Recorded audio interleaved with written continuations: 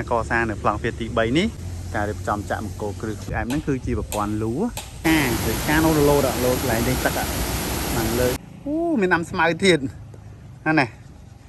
កម្ពុជាពណ៌សនេះបាទនេះគឺស្ពានខាងនេះចំកណ្ដាលស្ពានខាងហ្នឹងដើម្បីទប់មកទាំងក្បាច់នីមួយការកសាងនៅកម្ពុជាខាងលើចាក់នៅមួយជាងខាងនេះទៀតមុននេះចំពោះការកសាងទីកន្លែងព្រះវិហារក៏កំពុងតែរៀបចំ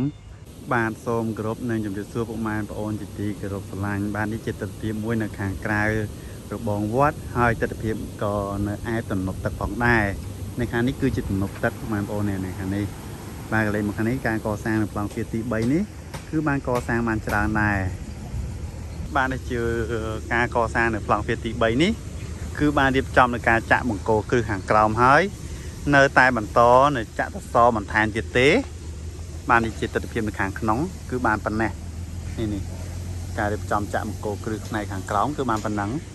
ទាំងប្រមាណបង្គោលគ្រឹះហ្នឹងខាងមុខនេះនិងខាងក្រោយ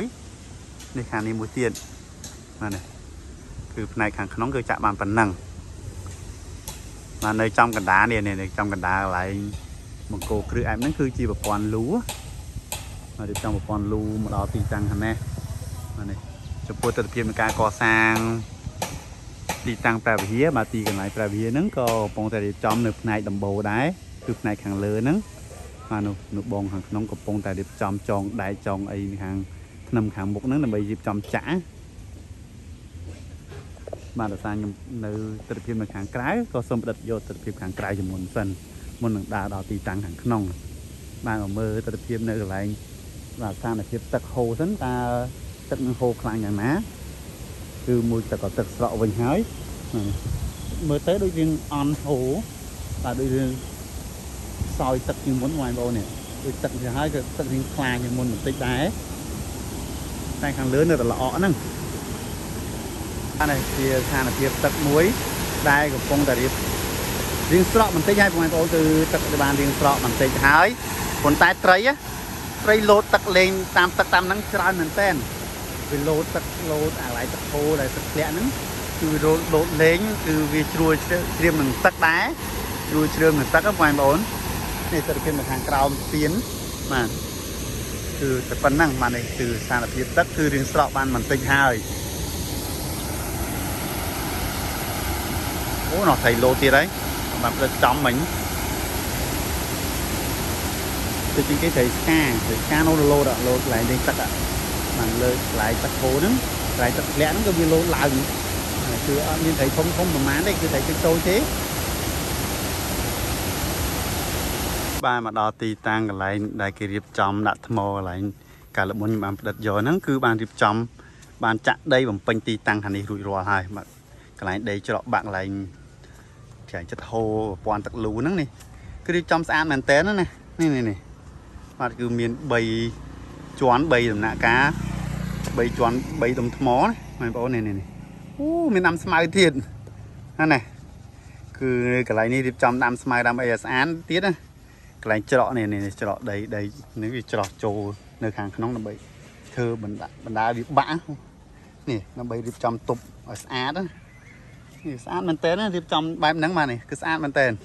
អូបាទរៀបចំបានច្រើនណាស្អាតយ៉ាងណាទេនេះនៅទីតាំងកន្លែងបាទ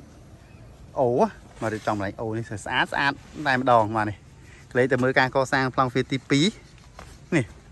ប្លង់ទី2ក៏បានរៀបចំកញ្ចាក់បានបន្តិចដែរនៅចំហៀងខាងដូចជាអានេះដូចថាចង្កេះណាបាទពាក្យថាចង្កេះនៃប្លង់ទ្វារអានេះការកសាងលឿនមែនតើនៅប្លង់វាទី2នេះបាទកន្លែងចង្កេះហ្នឹងអូណោះខាងលើបងប្អូនណោះបានលាបពណ៌បាទកម្ពុជាពណ៌សនេះបាទនេះគឺប្លង់វាទី2បាទនេះក្លេទៅមើលការកសាងប្លង់វាទី1នោះកំពុងរៀបចំនៅកម្ពុជាដល់កន្លែងកម្ពុជាត្រៃសូបាទនេះកម្ពុជាខាងលើនេះបាទដោយសារទស្សនវិជ្ជានៅខាងនេះវារៀងបែបចុះអាប់ហើយរៀង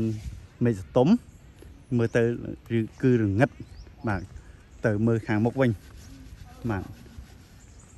ប្លង់វាទី2នេះគឺអត់មានជាងចូលកសាងទេបងប្អូនគឺបានរៀបចំក្តារពុំខាងនេះក្តារពុំទេគឺមិនតាមបានចាក់ទេគឺកន្លែងដំបូអានេះដំបូនៅ ចង្កេះថាចង្កេះធម្មតាពាក្យសាមញ្ញថាចង្កេះទាំងសងខាងខាងនេះក៏មិនតំទីចំក្តារពុំដែរគឺរៀបចំបានចំនួនមួយខាងហើយនៅបាទកន្លែងការកសាងប្លង់ទ្វារទី2នេះបាទកន្លែងនេះគឺបានអែបនេះគឺប្រាសាទភូមិអែបហ្នឹងនេះកសាងបានចាក់ផ្នែកខាងក្រៅមួយបាទកន្លែងកំពូលខាងលើហ្នឹងបន្តរៀបចំ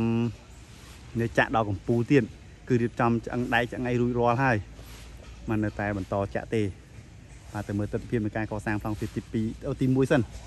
ចាំដើរចូលពីប្លង់ទ្វារទី1និងបង្ហាញទស្សនវិជ្ជាខាងក្នុងបន្តទៀតទស្សនវិជ្ជានៅអែបនឹងអូចំណងកបន្តិចនេះគឺទស្សនវិជ្ជានៅខាងនេះគឺបាទក៏ស្រស់ស្អាតដែរប៉ុន្តែទឹករៀងអន់ហូរហើយមើលទៅស្រស់ស្អាតមែនតើនេះបាទទឹកឡើងពេញហ្នឹងគឺស្អាតមែនតើណាគឺស្អាតណាស់ទស្សនវិជ្ជានៅនេះបង្ហាញពីទស្សនវិជ្ជាឯកូនកោះមួយទីក៏ស្អាតដែរនៅទីតាំងនេះស្អាតមែនតើមួយដុំថ្មទាំងផ្ទាំងដែលរៀបចំនៅមួយចំហៀងនៅអូចំណងកនេះគឺទឹកឡើងមិនទាន់ដល់ទេនេះបាទនេះជាទស្សនវិជ្ជានៅខាងក្រៅបាទដីក៏ហូរច្រកបាក់ច្រើនដែរនៅកន្លែងនេះកន្លែងកូនកោះមួយនេះបាទនៅខាងនោះក៏មានទម្លាក់បានដុំថ្មចំនួន3ដុំនៅក្បាលស្ពានបាទនៅក្បាលស្ពានខាងនេះចំកណ្ដាលស្ពានខាងហ្នឹងដើម្បីទប់ដីទឹកបុកទៅអត់សូវជាទម្ងន់បាទជាទម្ងន់ទៅដល់ស្ពាននិងការពារដីច្រកបាក់ផងបាទនេះជាទស្សនវិជ្ជានៅខាងក្រៅកន្លែងទៅការកសាងប្លង់ទ្វារទី2វិញទី1វិញនៅកំពូលខាងលើក្បាច់បាទនិយាយពីក្បាច់ខាងលើគឺស្អាតមែនតើគឺមានជ្រុងស្នូតនឹងការរៀបចំកសាងនេះមើលបងប្អូននេះមើលទាំងក្បាច់នីមួយការកសាងនៅកំពូលខាងលើដល់កំពូលត្រៃសូបាទនេះដល់កំពូលត្រៃសូខាងលើគឺស្អាតមែនតើពីក្បាច់ការកសាងកន្លែងបាទប្លង់ទ្វារនីមួយគឺស្អាតមែនតើបាទទៅមើលទស្សនវិជ្ជានៅខាងក្នុងបន្តិច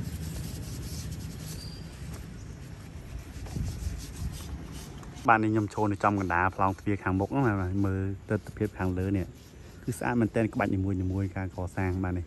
ការរៀបចំនេះគឺមិនទាន់បានរួច 100% ទេនៅក្បាច់ជាច្រើនទៀតបាទនេះអត់មានគំរូប្លង់នៅទីតាំងនេះបើមានគំរូប្លង់ទៀតមើលទៅស្អាតណាស់ប្លង់ទ្វារទី1គឺស្អាតប្លង់ទី2ក៏ស្អាតដែរប្លង់ទី1គឺត្រៃសូបាទប្លង់ទ្វារត្រៃសូខាងនេះកន្លែងកសាងបាទទីចាត់ដីទាំង3បាទនេះជាការកសាងចាត់ដីទាំង3នៅបាទគឺនៅចំផ្នែកកណ្ដាលនៃការកសាងចាត់ដីគឺបានប៉ុណ្ណឹងនេះនៅចំហៀងគឺមិនទាន់បានរៀបចំនៃការកសាងនៅឡើយទេចំហៀងទាំងពីរនេះចំហៀងនៅខាងនេះក៏មិនទាន់បានកសាងដែរចំហៀងខាងនេះបានមកដល់ទស្សនវិជ្ជាខាងក្នុងនេះក៏លេចទៅមើលការកសាងប្លង់ទ្វារទី1នោះបានមើលទស្សនវិជ្ជាដែលបើកថ្ងៃវិញបងប្អូនគឺទស្សនវិជ្ជានេះគឺស្អាតមើលត្រៃសូក៏លេចមើលខាងលើនេះគឺស្អាតមែនតើបាទមកមើលចំហៀងខាងនេះតិចការកសាងចាត់ដីស20តោះនៅបាទប្រាសាទភូមិនេះប្រាសាទភូមិកំពុងតែបន្តនឹងការចាក់លាបបាទនេះគឺដូចជាចាក់ផ្នែកនៅកំពូលដំបូលនេះដាក់ឡើងទៅស្រួចស្លែលហ្នឹងបាទនេះគឺបន្តការចាក់នៅកំពូលខាងលើនេះគឺចាក់មិនតាន់រួចរាល់ទេគឺចាក់បានតែមួយចំហៀងខាងនោះទេនៅបន្តការចាក់នៅមួយចំហៀងខាងនេះទៀតអូនេះគឺរៀបចំចាក់ហើយគឺបាទនេះគឺអត់បានឡើងរំបីទេបងប្អូនគឺប្រើតែកម្លាំងដៃលើកឡើងតែម្ដងណាបាទនេះភាសានឹងស្រាដែរមើលណាប់យូរនេះគឺតូចដែរបាទធុងពេត្រូគឺធ្ងន់អានេះចំពោះការកសាងទីកន្លែងព្រះវិហារក៏កំពុងតែរៀបចំផ្នែកដំបូលដែរគឺក្រវ៉ាត់ជុំវិញហ្នឹងបន្ទាប់ពីការចាក់រួចរាល់ហ្នឹងគឺរៀបចំនឹងការដុសក្តារពុំចេញវិញនេះគឺកំពុងតែមានញឹកដែរនៅទាំងចំហៀងទាំងសងខាងបាទនេះគឺចំហៀងខាងមុខនោះបងនៅចំហៀងខាងក្រោយនោះបាទមិនតាន់បានដុសក្តារពុំទេកំពុងតែដើរនៅរេរនៅខាងលើបាទនេះការកសាងគឺមានច្រើននៅទីតាំងបាទព្រះវិហារនេះ